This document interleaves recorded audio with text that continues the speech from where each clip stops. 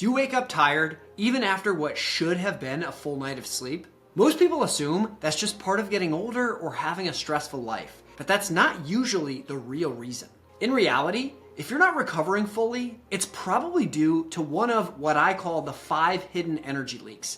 And these are simple daily habits that quietly drain your system. We'll cover a social energy leak that many high performers create accidentally, the stress cycle problem that keeps your body stuck in survival mode, the hydration mistake that a lot of people make that causes mid-afternoon crashes, the important sleep signals that your brain actually responds to, and the blood sugar roller coaster that will drain your energy all day. The thing that surprises most people is that when you fix even just 1 or 2 of these, you tend to notice improved recovery immediately. Now, this first energy leak usually catches people off guard because when most people think about energy, they think about food, sleep, and exercise. But one of the most powerful energy systems in your body is actually social. You might even be asking, how does social connection impact my energy? But here's the thing. Humans are wired for connection. When you interact with people you trust, your brain releases chemicals like oxytocin and dopamine, both of which help lower stress hormones and support healthy brain function.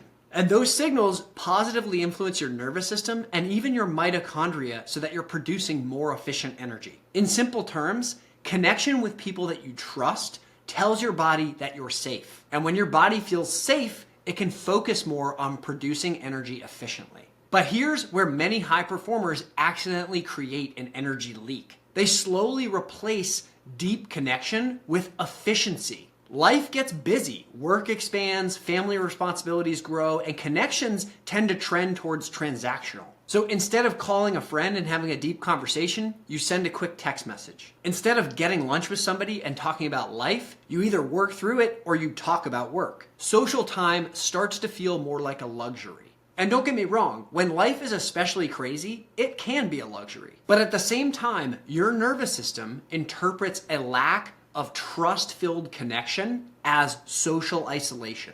It reads it as a threat. And when your brain perceives a threat, instead of producing hormones that make you feel good and lower inflammation, it produces more stress hormones. Those end up sapping your energy.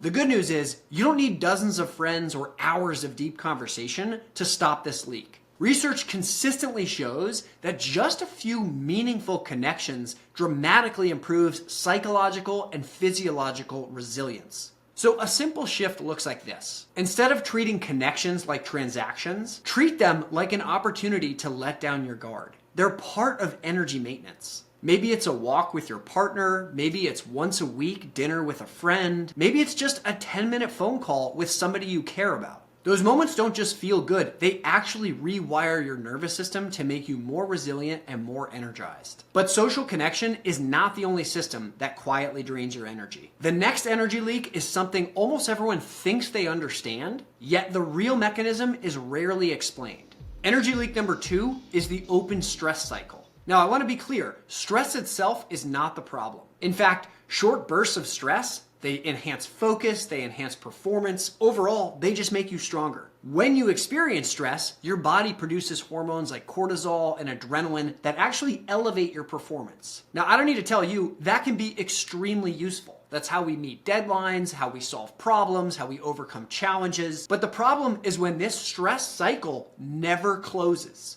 And you might be thinking, listen, my stress isn't optional. Work deadlines, family responsibilities, those are very real obligations. But your body still needs a signal that the challenge is finished. When hormones like cortisol and adrenaline stay elevated, they actually start to interfere with the systems that create cellular energy. Eventually, it disrupts mitochondria, it leads to inflammation, and it interrupts blood sugar regulation. In simple terms, this is yet another example of your body shifting from performance mode to survival mode.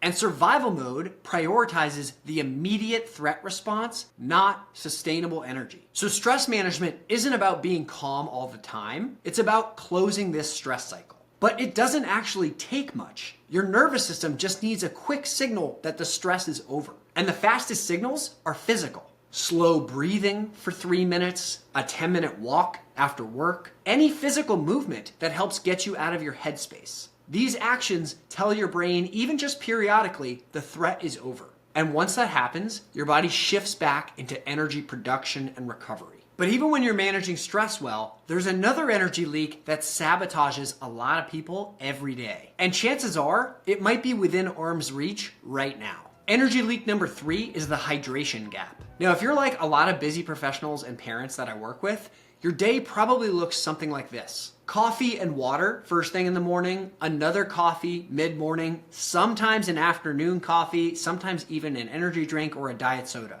You try to do a good job drinking water, but sometimes it's an afterthought. This might feel productive, but biologically speaking, it creates an energy trap. You see, caffeine blocks a chemical called adenosine, and it's the chemical that makes you feel tired.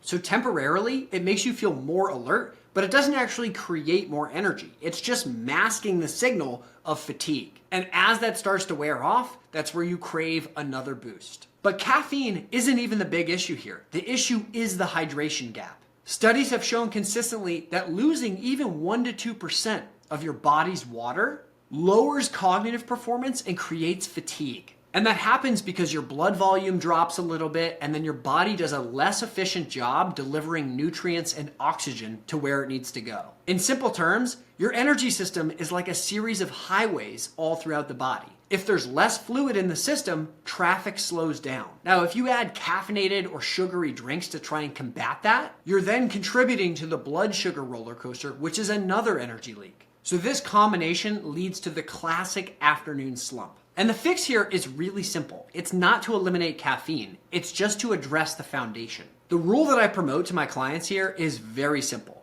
Before you have caffeine in the morning, prioritize 16 to 20 ounces of water with an optional pinch of sea salt or electrolytes. Then get yourself a water bottle and keep it nearby throughout the day. You don't need to be drinking a gallon of water throughout the day, but if you have a water bottle and you know how much is in it, just target half your body weight in ounces. That's enough to keep your performance elevated without going to the bathroom all day. That one simple change can help energy dramatically. But even with perfect hydration, there's another system that impacts almost every energy process in your entire body. And when it's off, everything else struggles. Energy leak number 4 involves broken sleep signals. I don't need to tell you, sleep is when your body performs the most important maintenance work of the day. Your brain clears out metabolic waste, your hormones reset, even your mitochondria, the tiny energy factories in your cells, this is when they repair. But if you're sleeping 7 to 8 hours and still waking up tired, broken sleep signals is often the reason.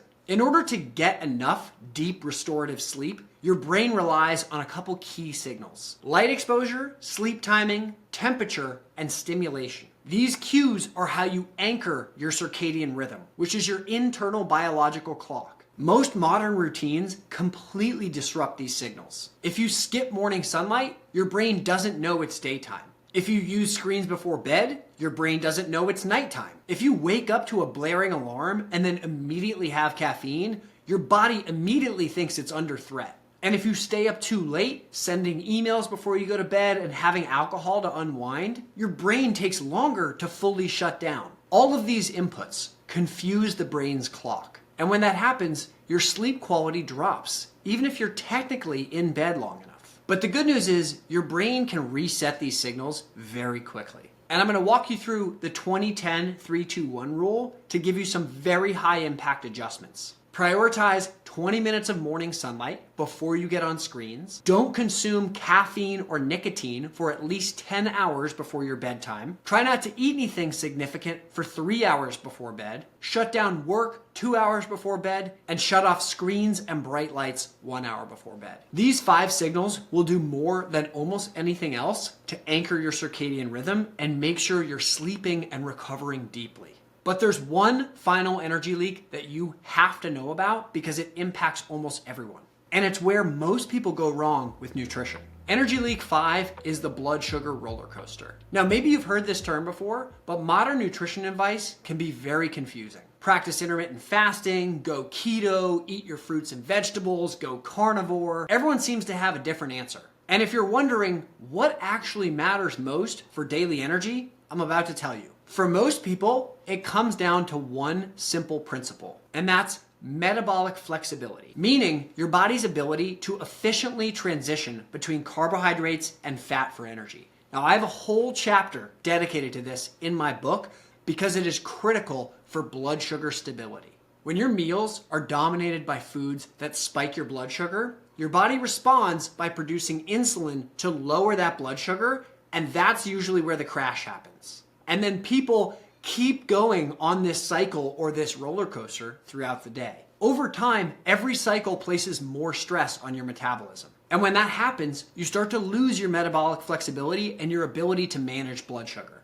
The bottom line is, your energy system works best when you have steady fuel, not spikes. And that's why stable meals usually include 3 elements: protein, healthy fats, and fiber. Protein slows down digestion, fiber stabilizes carbohydrate or glucose absorption, and fats provide sustained energy. Together, they prevent these dramatic blood sugar swings and the energy roller coaster. The goal with your nutrition strategy is not restriction, it is just consistent fuel. When people correct these energy leaks, they often notice something happen very quickly. The afternoon slump completely disappears, their focus dramatically improves, and their energy just becomes far more consistent throughout the day. Recovery and energy are not just about how much time you're in bed. It's about protecting the daily energy systems that rule the day and the night. Now, if you go through these systems and you fix everything and your energy still isn't where it should be, you might have some degree of metabolic dysfunction. And I don't say that to alarm you, I bring it up so that you can address it.